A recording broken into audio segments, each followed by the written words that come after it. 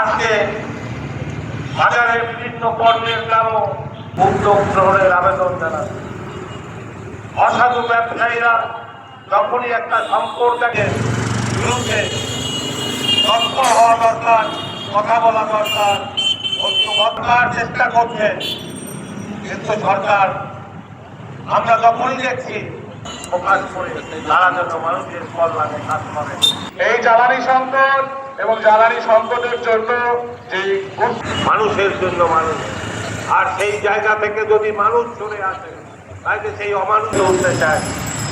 আমরা আজকে মানববন্ধন করছি, এরপর বিভিন্ন বাজারে আমরা যাব এবং বাজারে নিয়ন্ত্রণে আনার চেষ্টা করে এবং নিয়ন্ত্রণে আনতে পারে। আজকে এই আহ্বান রেখে এর জন্য ভুক্তভোগী আমি যেমন তেল এবং গ্যাস অতিরিক্ত দামে ক্রয় করছি, আইনের শাসনকে বিধানগুলি দেখিয়ে তারা আজকে দাঁড়িয়ে ব্যবসা করবেন মানুষের অকল্যাণকর অবস্থায়।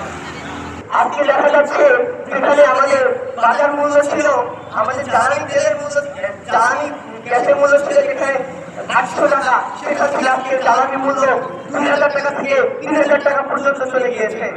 আমি বলতে চাই এর পিছনে সিন্ডিকেটের ভোটাকে একটা গাড়িতে অথবা কোনো জাহাজে অতিরিক্ত তৈরি দেওয়া হয়, তৈরি যখন নিয়ে যারা রওনা হয় তখন তাদেরকে রাস্তায় অথবা নদীতে আটক করা হয়, অথচ তারা টিপুর সামনে প্রশাসনের সামনে অতিরিক্ত তৈরি আনতেছে, কিন্তু প্রশাসনের কোনো বাধা দিচ্ছে না, কারণ প্রশাসনকে তারা কিছু দিয়ে বসিয়ে রাখছে।